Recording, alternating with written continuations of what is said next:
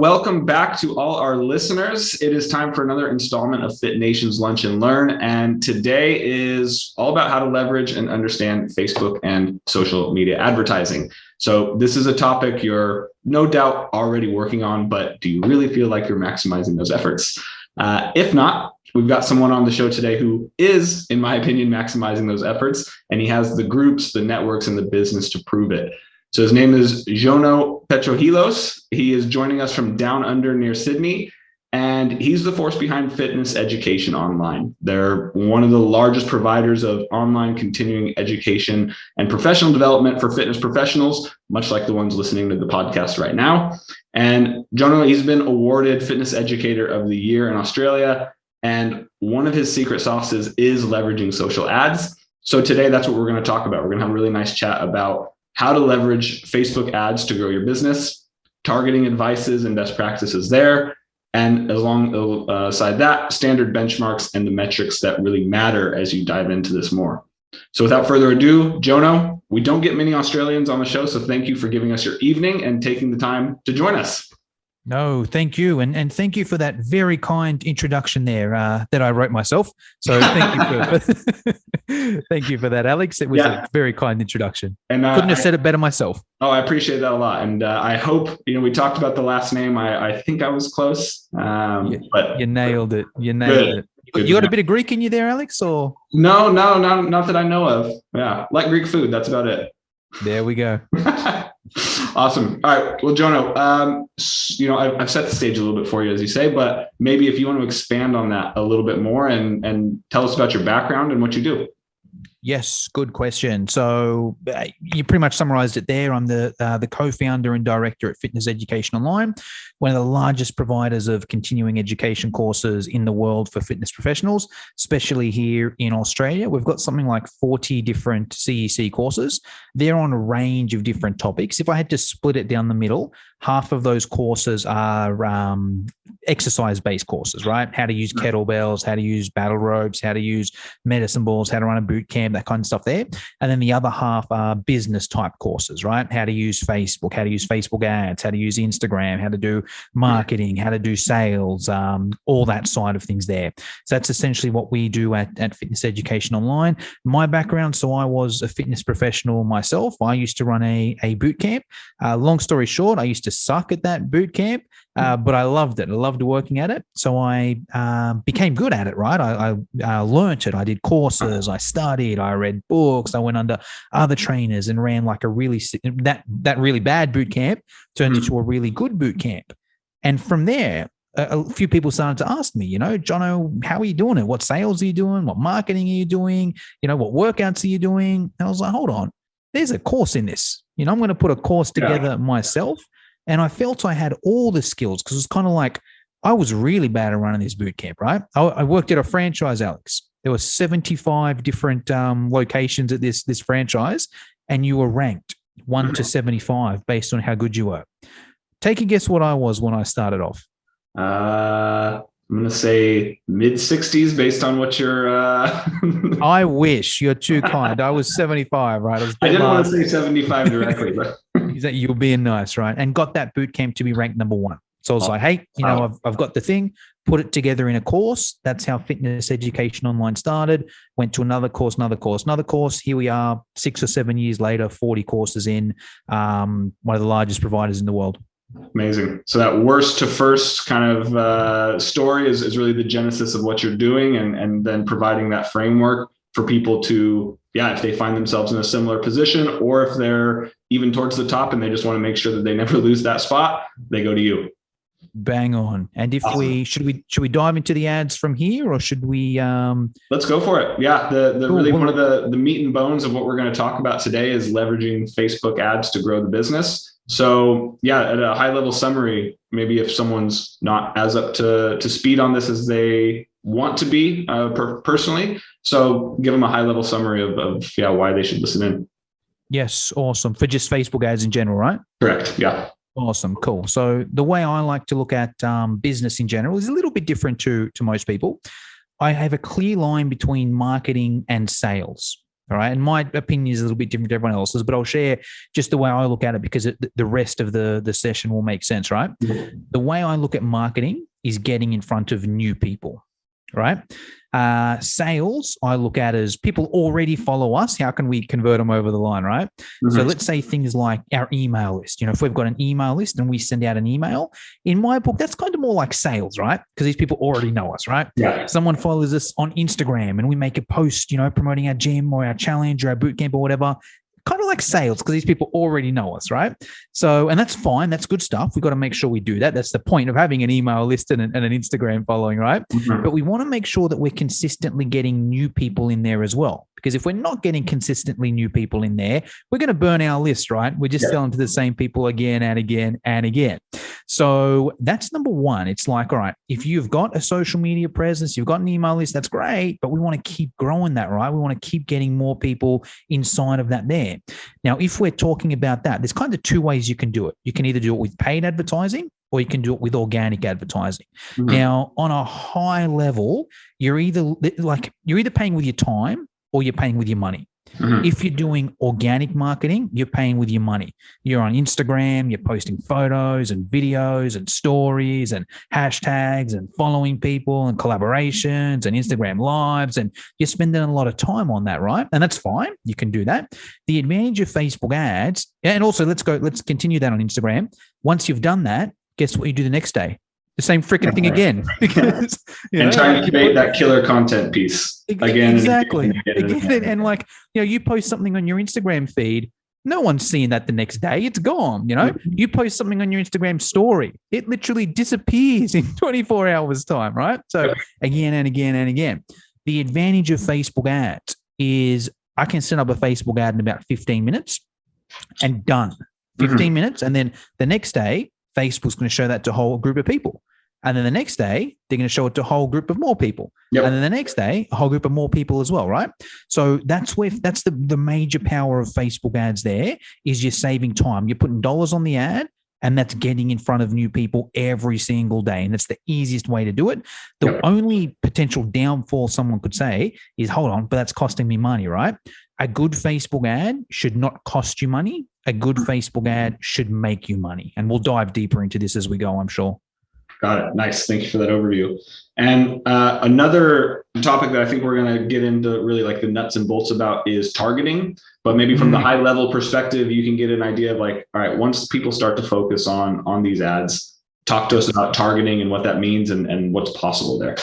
Awesome question. Yes. So, all right. So there's a few things going on there.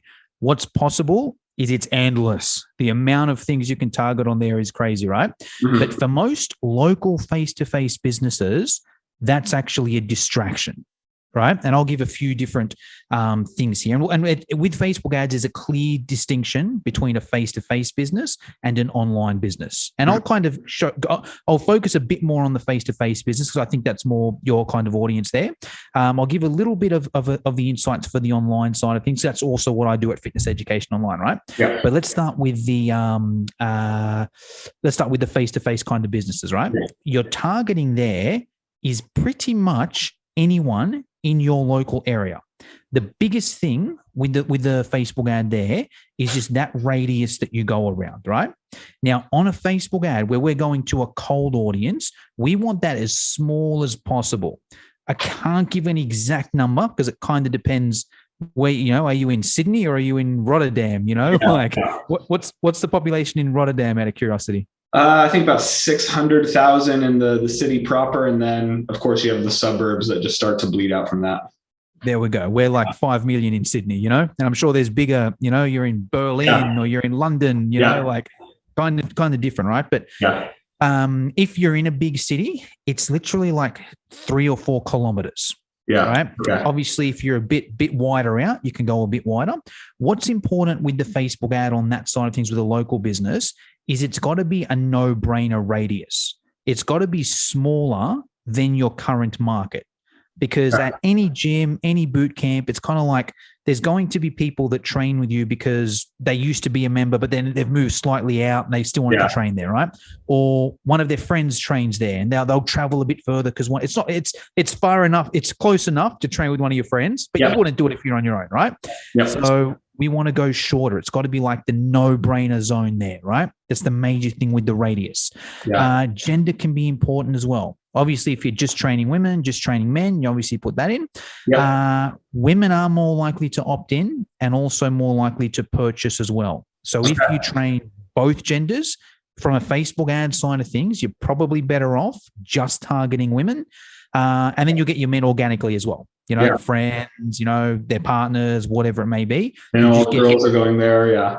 Yeah. Yeah. That's how you get guys there. Just get more girls in there, right? Yeah. So there's that there. And the age, obviously, as well. The age, you actually go a little bit wider than normal. Okay. So a lot of people out there that have I train women age 25 to 35. That's fine. But would you knock back a 23-year-old, or would you knock back so age you can go, and also people lie on their Facebook profile as well, right? So most face-to-face, that's all you want to do. Interests will make it too small, right? I'll give the only other thing I would do in a face-to-face business is like you can also do a retargeting ad, right? Now, what I recommend doing in that, have one that just goes to the cold people, and then you might have another ad. To simplify this, the 4 easy ways to retarget people is website visitors, your email list, people that have interacted with your Facebook page or interacted with your Instagram page. I usually just bundle that up into one, and that's my warm list, right? So I'll give a bit more detail for the people watching. Ideally, you've got a Facebook pixel on your website. And if you don't, get that on ASAP because it's free to do. And that way, anyone that lands on your website, you can retarget that person and show them this ad. You can also do it specific to the page. So you might be like, right, I've got a blog, people all over the world find my blog. I don't want to target them. Yeah. But if anyone goes to my checkout page or goes to my, enter the details page, I'm retargeting them. Super high value person. Yeah. Exactly. The email list, ex-clients, leads, whatever, you can upload that straight to Facebook and show the ad to them. Because yes, you can email them as well, and you should, but how many times can you email someone before they unsubscribe? Yeah. Whereas the Facebook ad can keep getting in front of them, right? Okay. And then the Facebook page, it's hard to get interaction on a Facebook page in general these days, but if you do, you can retarget that. And then Instagram, that's where a lot of people do get interaction these days. You can retarget your Instagram followers there. So that's one there. And just to show what's a few other things that are possible in like the online space, the good one is the lookalike list. So if anyone's watching this the other thing with an online business is you need to have a niche, right? You can't just have a general online weight loss business or fitness. Yeah. It doesn't work. So you need to have a niche. One way to get started is you can do what's called a lookalike list. So you might have that list of people that have been to your website. You've got a few emails. You've got some interaction on Facebook and Instagram. You can create a lookalike list, which is like, in a nutshell, Facebook will show it to people that look like this here. Yeah. Right? You can do that over there. And then it's endless the targeting you can do. With my business, Fitness Education Online, I target in a few different ways. I target personal trainers. So that's a little bit different. But either way, if you're online, you should have a niche. Some of the ways that I target my audience is simply job title. Anyone that's got personal trainer, fitness professional, fitness instructor, I can target that way there. Schools they went to. Anyone's gone to the Australian Institute of Fitness, Australian College of Personal Trainers, I can target that way there. Pages they like. Right? Anyone that likes Fitness Australia, NASA, URSA, right? I can target that. I target those there as well. And I could go on and on, there's so many different ways, right? But to summarize, most face-to-face businesses, you just pretty much want to locate those basic demographics, maybe maybe the warm list as well. The thing with the warm list is it kind of depends on traffic. Like if you've got hardly any emails, hardly any people going to your website, and hardly any social, you can do it, but what are you going to get in front of? A few hundred people? If you've got a lot of people going to your website, big email list, then it's more valuable there. Okay. I think it's interesting what you say about the radius, like the locality radius. I mean, to be honest, I consciously pay more for my gym because it's very close to me. Right? Yeah. And I've come to really love everything that they do. So if I did move 1 or 2K up the road, I would probably still keep my membership there. But beyond that, I would probably start looking elsewhere, just because I know myself, like, if it's raining here in Holland and I have to ride my bike to the gym, I want that ride to be as short as possible. And that happens a lot. Exactly. Yeah. And it's kind of like we want to get the hottest leads and hottest cold leads. And if these people know nothing about, most people, if we're talking a general gym, general studio, general boot camp, most people will just choose the closest to them. As long as it doesn't, if it looks good and it's close to them, they'll go. Yeah. They're our hottest leads that we want to get that don't know about us yet. Yeah, exactly. Okay.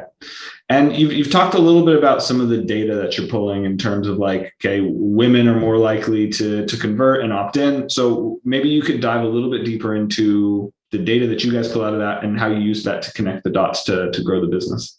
Yes. Awesome. Okay. So let me think of the best way to explain this. Let's start with stats might be okay, cool. Let me start with the kind of numbers. I think that might be the best, and then we'll work from there.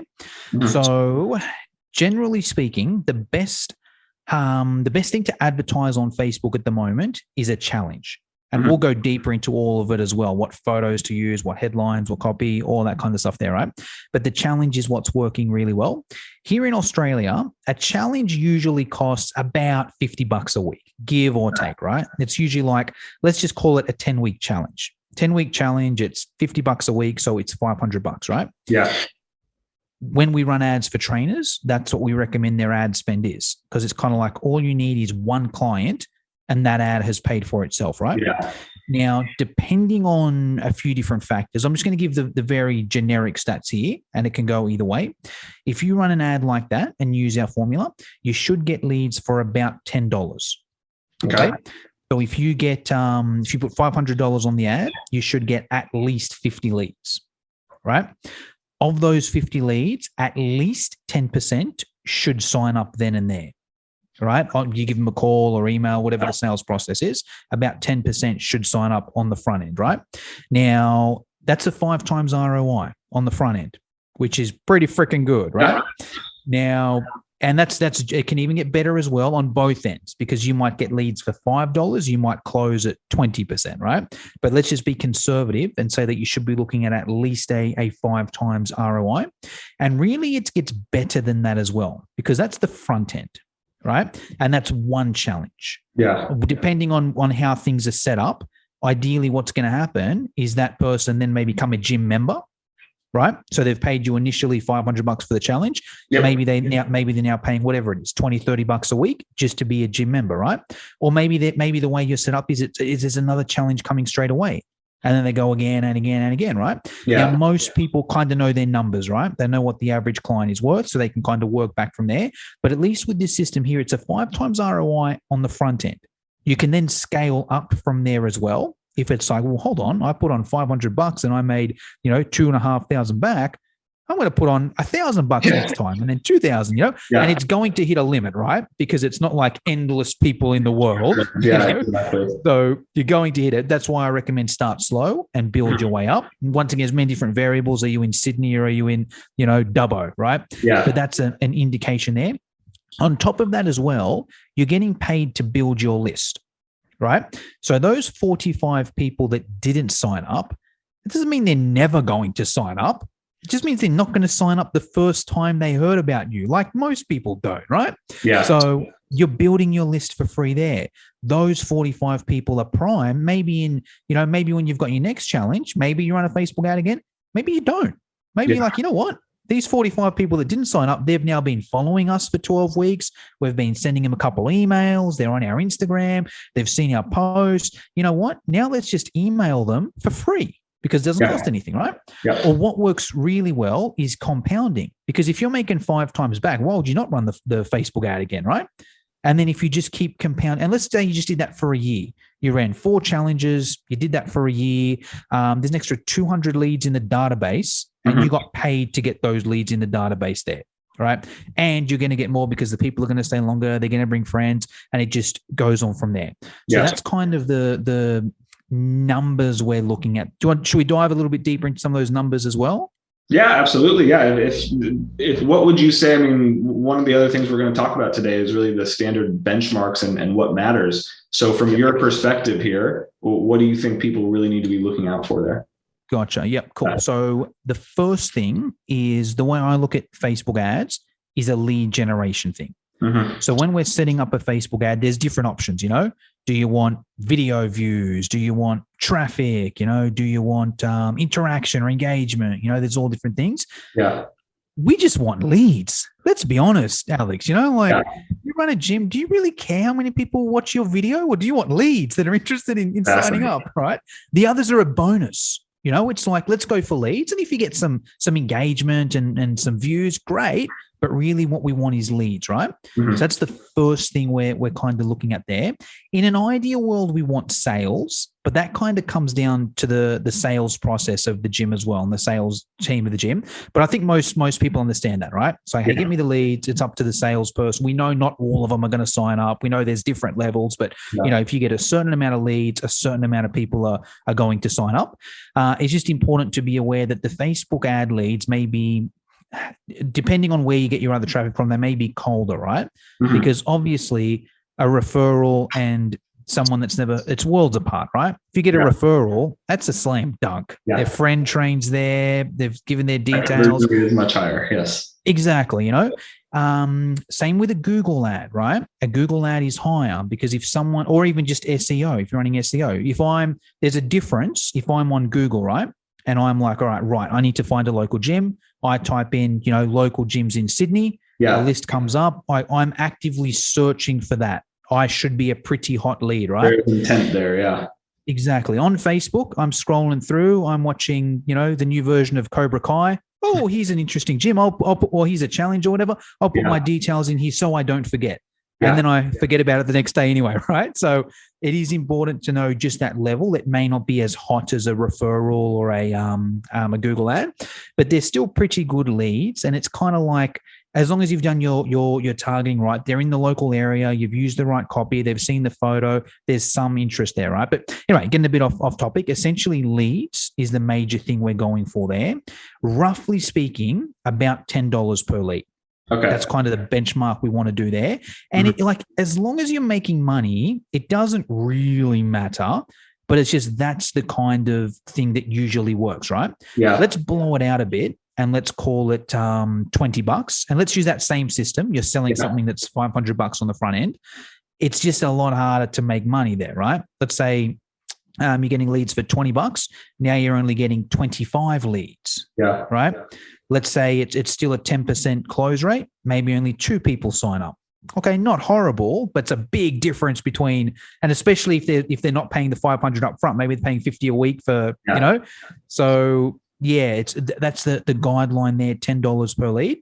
But if you're making money, that's fine. Maybe you're selling something more expensive, right? Or on the flip end, like you might be getting leads for $10, but if you're just selling a $20 membership, cancel anytime, it may not be worth it. You do your numbers, obviously, but it may not be worth it there. But that's, if you want an indication, about $10 per lead. Okay. $10 a lead for that. And then what would you say in terms of maybe someone who's venturing into this or really looking to ramp up, what kind of mistakes do you typically see people do, or maybe ones that you made yourself where you're like, wow, I could have reached value so much more faster if I hadn't have done X? What kind of advice could you give them? I'll share my biggest mistake to make sure no one does this. Okay. So when I first started doing Facebook ads, I was getting leads for like $2 or $3 because it used to be cheaper. It was less competitive, right? Yeah. And I can't remember the exact numbers, but let's simplify it. Let's say I put $100 on Facebook ads and I was getting leads for $2. I'd get 50 leads from that, right? And I'd still get 10% of them close. So I'd make 5 sales at $500. So it was literally like put $100 in, make $2,500 back. Silly me, just kept it there. I didn't increase the budget because I was scared. Yeah. So that's first thing. If you're on a winner, go all in on that winner, right? Don't play it safe because you don't know what's going to happen on social media, right? But in terms of the specifics behind it, the major one, there's a couple major big ones, and then we'll get to the actual specific on the ad, right? So firstly, when doing your Facebook ad, I recommend choosing the lead generation option. Choosing anything else is a mistake, in my opinion, right? Sending people to your website is a mistake as well, because there's just so much things going on there. They're going to get confused. What we want is that lead directly, right? And the other big mistake there is boosting the post, right? It's kind of like a lot of people that I've run ads for. They'll do a post which is like, "Hey, here's why you got to drink more water," and they'll boost that. It's kind of like, it's good info, but is it going to lead to a sale? Probably not, right? And that's fine for organic. That's good organic stuff. But if we're putting money on Facebook ads, we want to make money back. Yeah. Can I dive directly into the ad, Alex? Because that'll also highlight some of the mistakes as well, right? Yeah. So let's just share where we're at the moment with some of the background kind of stuff. We're going to set up the lead generation ad. We're going to make the targeting really small in terms of the radius. We're probably going to target women, and we're going to select an age range that we want to train, right? That's where we're at the moment. Then we've touched a little bit on the offer. The offer is like where it all starts, right? And it's kind of like, if you don't have a good offer, no matter what else you do is going to work, right? The offer that's working at the moment is a challenge. Length of time doesn't matter. We've used anything from 6 weeks to 12 weeks, right? Yeah. So the challenge is working. And we've even tried different names. The names didn't work. You need to call it a challenge, right? We tried, 12-week program, 12-week reset, 12-week boot camp, and all different things. Like any word that we used that wasn't challenge just didn't work. There's something about the word challenge that is working at the moment, right? Yeah. Okay. Yeah, and it's kind of like, what was that, sorry? Oh, I was going to say, are you like A/B testing or split testing some of these, or all of them? Okay. Yeah, all of them. Because a lot of things, and here's the thing, right? Because a lot of people in the fitness industry don't actually like the word challenge, like people in the industry, because it can have the connotation of a weight loss challenge. Yeah. And it can have the connotation of like, now I've got to add all these extra things and have prizes and giveaways. And it's literally just a word for marketing. And it's kind of like, let's use 12 weeks as an example. Let's say, Alex, someone, hasn't trained for a year. They're overweight, they're not happy. They've set a New Year's resolution. For that person, is them just exercising 3 times a week for 3 months a good challenge for them? Well, 100%. Yeah. You don't need to give them a prize for like context. Yeah. Yeah, 100%. Right. So it's just, and it's not even about weight loss, right? Yeah. Even if that person doesn't lose a kilo of weight or a pound of weight, wherever you are in the world, that person just exercise, that's good for them, right? Yeah. So word challenge is in there. Now, the next thing, next most important thing is the photo. If your photo sucks, doesn't matter how many times you use the word challenge or whatever's going on there. If the photo sucks, you're not going to get any traction. Okay. Now, there's a very specific type of photo that works in general, and then there's very specific do's and don'ts with that photo, right? Interesting. The photo that works is kind of like that after training group shot. Like someone's just run a boot camp or a group fitness class, or there's a few people in the gym, and you take a photo and they're kind of smiling. They're not super sweaty, but they're in workout gear. You can just tell these people just had a workout. Tell the endorphins are there. Exactly. Yeah. Exactly. We'll go deeper into that in a sec, right? Yeah. And now there's a few different variations on that. It can either be like the footy team photo, where you can get one of your trainers and be like, yeah, guys, go in and hug or whatever, or you can do a selfie. Whoever's taking the photo gets in there. I recommend doing both, and then you can split test. But I haven't found like one works specifically better than the other. It's just like whatever photo connects most with the audience, right? Yeah. And both of those has worked. And even in general, it's worth just taking a heap of those type of photos. Just for a week, take a heap of them, different people, maybe some are inside, some are outside, some are in a group after a group fitness class, some are in the weights area. Yeah. Maybe if you do go down to the beach, like just get as many different ones as possible. And we get your 4 best. So if you're doing it on your own, get your 4 best, run them. And Facebook sort of figures out pretty quick which ones are working best, and they throw all the traffic that way there, right? Okay, well, they start to do that stuff automatically for you. So, once you get that database, they're going to also support you a lot in this. It's not just you. Exactly. And it's kind of like, and it depends on the numbers as well. Like, let's say with that $500, even if I was running an ad for someone else, I don't even really need to manually turn the ads off that aren't working, because Facebook just doesn't show any budget to it. Facebook's smart enough to be like, well, hold on, everyone's liking this ad and opening it up or putting the details. Let's just show them all on here.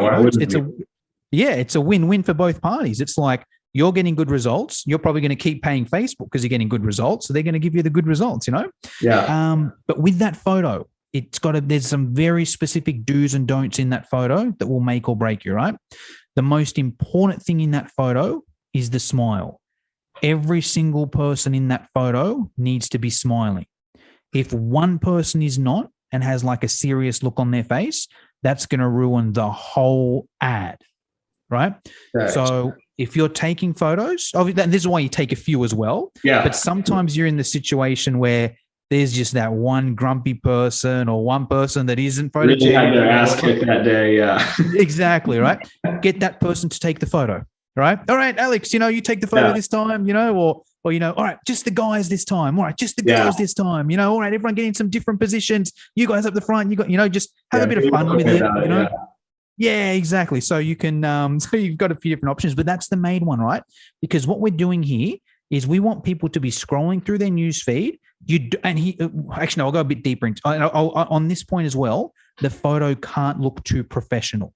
Okay, it's got to look good. You can't have your finger blurring it or on a bad angle. It's got to look good, but it can't look like a professional photo, right? Because we're inundated. Social media users are inundated with advertising, right? Yeah. If we see something that looks like an ad, we're just scrolling straight because we know it's an ad. What we want is for someone to be scrolling through their newsfeed and being like, hold on, who are those people? They look just like me, only a little bit happier and healthier. What are these people doing? Let me go and check. All right. Yeah. That's why the smile is so important. Right. And like when I teach this as a workshop, sometimes like we go to Google and scroll through and you'll see the difference. If people aren't smiling, you can see it clearly and the results show it as well. Okay. There's a few do's and don'ts. Wow. Let's go a little bit deeper as well. We don't want those people to be exercising. Okay. Got to be after. We're being a little bit sneaky here because usually as fitness professionals, we like exercise and we value exercise. Us as fitness professionals, if we see like a nice gym and we see people, slamming battle ropes and swinging kettlebells, that looks cool for us, right? Yeah. For your general public, that's not what they want. They hate doing that, right? Okay. They want the result, but they don't want to do the work, right? Now, we're being a little bit sneaky in that we're just showing them the end result. But I imagine that, to that point, you can say say you just take what could be perceived as an innocent video of someone doing like a box jump. Someone who could have converted, but if they saw that and they're like, oh shit, I can't do that. My knee hurts. Like that's not for me. So that's the logic there, right? Bang on. Exactly. Okay. Right. That will turn them off. And also we're showing them the end result, right? We want a group of, going back to that thing. Who are those people? They look just like me, only happier and healthier, right? Not too far in front of us because then it's intimidating, right? Yeah. On that note as well, there's a few other big turnoffs there. If everyone in the photo is super fit, right, that's going to turn people off as well. Unrealistic. Right? Unrealistic. If everyone in that photo is super good looking, that's going to turn, unless you're targeting supermodels, but they're probably already training somewhere else. So they're probably going to find you organically elsewhere, right? If you're going for the general public, if everyone in that, and once again, it's a bit tricky for us as fitness professionals because a lot of the time we put a lot of work into our bodies, right? So we really value that, hey, let's show it off. But unfortunately, and good on you for being fit, right? And you should want to show it off. But unfortunately, Facebook ad targeting people that aren't that fit, it's going to turn most people off in that situation there. Okay. So that's the photo there. I'll just do a bit of a summary there. It's got to be one of those group photos. Take a heap of them, a few selfie style, a few footy team style, inside, outside, feature wall in your gym, group fitness class, whatever it is, right? Yeah. Most important thing, everyone has to be smiling. Can't be a professional photo. Everyone can't be super fit. Everyone can't be super good looking, and there can't be any exercise going on. If you can just nail that, you're off to a good start because it's also just going to look like a photo in their newsfeed. They're going to think it's their friends, right? Yeah. That's what we're going for again there. So that's the photo. Any questions with that, Alex, or should we move on? No. I think it's very clear, and it makes 100,000% sense why. Once you actually start to dive into how our reptilian brains, if you will, kind of thing, how quickly we can make a decision on something, yes or no. So yeah, it has to be very curated in that sense. And they're the most common mistakes, all of those, right? Someone will take a really professional photo, or they'll take a photo of really fit people, really good looking people, right? That'll stuff you up. Okay.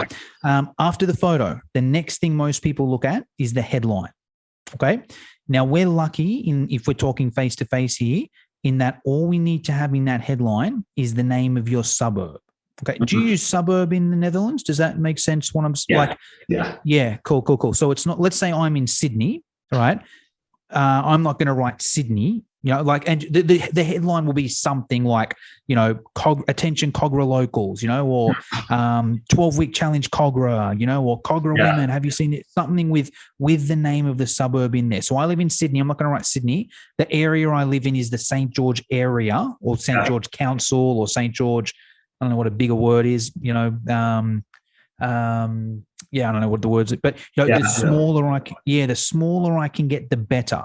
That's going to catch people's attention for a few different reasons. We're making it really small, right? It's only like a 3 or 4 kilometer radius that we're going there. Most ads you see on Facebook are kind of like generic ads, right? They're ads for online businesses or big businesses or whatever. If you see an ad that says your local suburb in there, you're stopping straight away. Yep. Right? That's going to count. You're just so trained to stop that, right? Now combine that with the photo as well. Who are these people? They look just like me, only happier and healthier. What's it? Cogra. I live in Cogra. No way. Let me click this button. Like, they can't wait to click that button there, right? So that's the headline there. All you really need is the name of your suburb, and obviously something specific, challenging Cogra, open Cogra, whatever it is, right? But the major thing is having the name of the suburb in there. Any questions with that? No, I think again, it makes a lot of sense why it's very communal, and it just helps people see if it's personal training in Sydney and it's a stock photo of 2 really good looking models high-fiving with their shake bottle afterwards. You're like, okay, that's sounds nice. Exactly. Right. And it's funny because if you go to like most Facebook ad agencies who don't specify in fitness, that's what they'll do. That's what they'll go on Flickr, they'll give you a generic fitness photo, and they'll write someone like that. Okay. Then we've got the copy. Now, what we're doing here is keeping the copy as simple as possible, because we've got most people here. You can almost write whatever you want in there, right? It's at this point, the only thing you can really do is turn the person off at this stage here, right? So we want to keep it as simple as possible. There's a few little things we're going to do to make it even hotter, but we want to keep it as simple as possible so that we get those people's details and we can actually have that conversation, right? That's where we can go get more detail, whether it's email, whether it's phone call, whatever. So here's the kind of copy we want. And most of it is going to be repeating what we've already got. Up the top, we've got to say challenge. Right? That's what gets people's attention. So whatever week it is, challenge. Let's just call it 12-week to keep it simple. The first thing we write, 12-week challenge, because we know that works, right? So if you just had that, you could put a bit more copy, but if you just had that, once again, that would be enough. Scrolling through, who are these people? They look just like me, just happier and healthier. Oh, it's in Cogra. That's where I live. What is a challenge? That's exactly what I need to get back into shape. Click here. All right. But we're going to add a few other things as well. So 12-week challenge, we're going to add the name of the suburb again. So Cogra location, because maybe someone didn't read the headline, or, maybe they just want to make sure, or whatever it may be. So 12-week challenge, Cogra location. The key here is the start date. Okay. Because in fitness, if we give people the opportunity to join anytime, essentially we're giving them permission to never freaking join in their life, right? I'll sign up on Monday. I'll sign up next week. Let me think about it, right? So we want to have a date in there as well. So 12-week challenge, Cogra location starts 1st of February. Click below to learn more. Call to action. Yeah, exactly. And even so, but even the date there, we've split tested this as well. The date, no date, is just ridiculous. Just by having that date there, people know even if they don't sign up, they're more likely to enter the details because they don't want to miss out. They know it starts there, right? So we're getting more details in there. And you can even play around with that if you want. There's a few different, depending on your system, right? You can either just because you say it ends in 2 weeks. Great. Just run another ad and change the date there, right? Yeah. And then the key is, finish with a call to action. Click below to learn more. As simple as it sounds, if you've grown up in the social media world, If people haven't, they just don't know, right? Yeah. And also it just adds that bit extra if there's the call to action. Click below to learn more. And that's pretty much it. If you do that, you will get decent Facebook ads results. And that's, and the traction. And then you just start going from there and growing. And don't make the mistake that you did and not put more money towards it. Exactly. Amazing. All right. Well, I think it is, there's obviously so much more we can cover on this, and it might be that we have a part 2 about how to maximize your Facebook groups, because I know that's another specialty of yours. But I think this has been a really, really informative deep dive, and we're not done just yet. But I think if there are some people listening more in like the European area, they might have to tune into some late night sessions with you to get up to speed on how to maximize this one-on-one. Yeah. Yes, I think so. Like I said, we're not done quite yet. But if someone was interested, I mean, if you're doing these online courses, how does that typical format work? Yep. So with this, we've got a few different options. So you can do one of our online courses, which shows the person step by step what to do, or we can do your ads for you. We do that as a service as well. But either way, the best thing is just to go to our website, fitnesseducationonline.com.au, check out what's there, or join our Facebook group. We've got the largest and most engaged Facebook group for fitness professionals in Australia and New Zealand, maybe even the world, I think. So you can join in there and see what we post in there too. Fantastic. All right, cool. Well, we're going to shift a little bit. We're going to go into what can be called now the lightning round. And we just want to get your take on a few things. And both here, it's kind of related to your history. So first one up on the lightning round, do you have any mentors or people that you look to for inspiration? This could be in an industry or out of the industry. Yes, I think the best way to answer this is I'm a huge conference guy. Okay. So I go to as many fitness conferences as I can. Over here in my part of the world, I go to Filex and FitX every year. If I'm in the States, I also go to IDEA and URSA as well. But now I shift most of my focus in the online marketing space. So the best conventions I go to, and I'll recommend everyone else as well, Social Media World, Traffic and Conversion Summit, and Funnel Hackers Live. Nice. Okay. And those are all digital events, or they're actually physical counterparts to them, or maybe both? Physical counterparts. So I love going to physical. It's funny, right? I love going to physical events to speak about online stuff. I think it's because I'm online, I'm online so much. I just, it's like, now I want to actually see people, Yeah. You ever do any European events? I've never been to a European event. I know that. Yeah, FIBO, is that the biggest one over there? FIBO's in Germany. That's one of the biggest ones. There's always like URSA European Congresses over here. Oh, URSA goes over there as well. Yeah. And I mean, the one in the US is obviously a huge one too, for the industry, or URSA. Yeah. Cool. Number 2, what would you say is the best advice you've ever received? Oh, this one was so hard. I'll give you 2 and I'll make them really quick, right? So the first one was I learned from a guy, Dan Kennedy. I read one of his books about direct selling, and it's what I opened with earlier, where it's like every dollar you spend on marketing, you want to make that back. If you're a small business, different story if you're Coca-Cola, right? Throw thousands on and brand or whatever. But if you're a small business, every dollar you spend, you want to make more than that back. And then the other one on top of that as well was just the power of the email list. So it's kind of like, especially when it comes to Facebook ads, it's very tempting just to put out an ad and get people to buy straight away and not put their email in. Because usually as users, we hate putting our email in, right? Just show me that thing. But the power of growing your list is crazy. I'll firsthand of that.